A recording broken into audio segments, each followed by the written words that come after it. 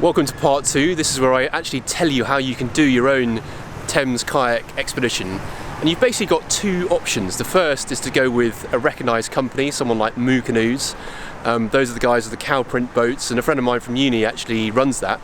The second option is just to give it a go yourself. That's a slightly more adventurous option, and it can be quite dangerous, and it takes a fair amount of planning. So here's my guide on how to do it and how to keep safe.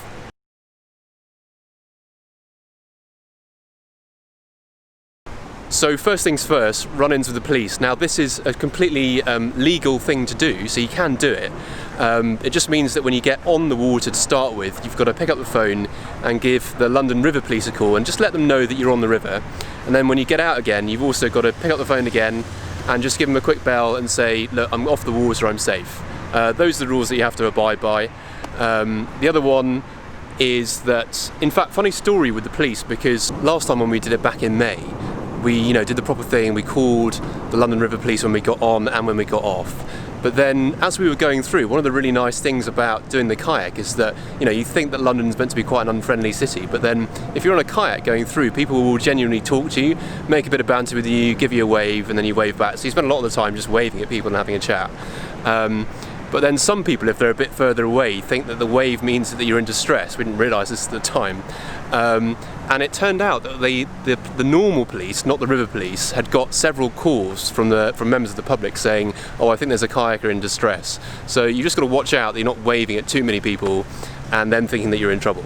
Because when we got out the other side at the O2, suddenly we heard all the police sirens going, and then out of nowhere, the police turned up in their car, blue flashing lights, everything else. And they were like, oh, we've just had loads of reports that there's a kayaker in distress. And then we had a good laugh about it. They were like, okay, fine, just watch out in future. So that's just a quick tip for you. Don't wave at too many people, but do chat to people as you're going along, if you want to, that is.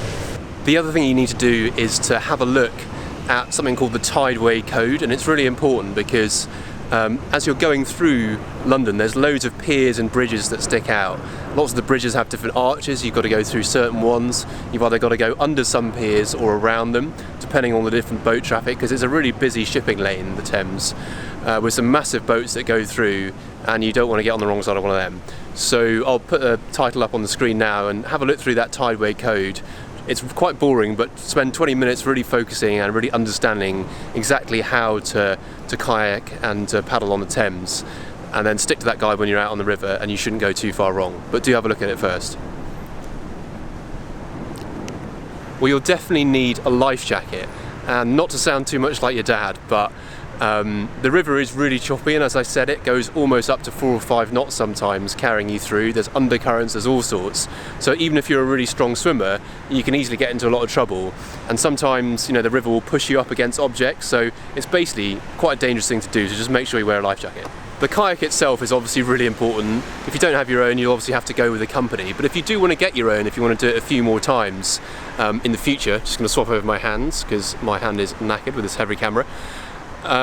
What you should do is you can get inflatable kayaks all over the place now for really good value, and simply get hold of one of those and just ignore the fact that traditional kayak paddlers, they're called traditional kayakers, will probably sneer at you for having an inflatable because they're not the kind of purest form of the craft and all that stuff.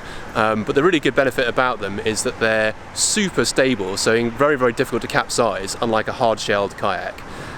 So I'd really recommend them. I mean, the one we've got, I'll stick up some pictures now for you to have a quick look, but basically it's super cheap, but I've taken it all over Europe really, and the UK, and used it on some really rough seas. It basically packs down into quite a small size, including all the oars and stuff that are the paddles, which are collapsible, and you can basically get it into a sort of cloth bag which has wheels on it, which you can take with you when you're kayaking. So all you need to do is simply bring the cloth back, bring it down to wherever you're launching it from, blow it up, take the pump with you as well, and then you've got the bag with you, and then when you get out the other side, you just deflate it, stick it in the bag, and then you can actually get public transport or pick it up in the car, whichever one you want to do, to go home. So it's super simple, and you don't need to be lugging around a massive heavy kayak. So I'd recommend getting an inflatable and just making sure it doesn't have a hole in it, obviously.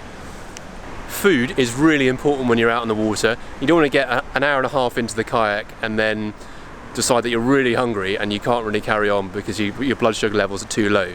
So pack a dry bag, stick some chocolate bars, some cans of Coke, sandwich, whatever it takes your fancy, and make sure you have enough to eat.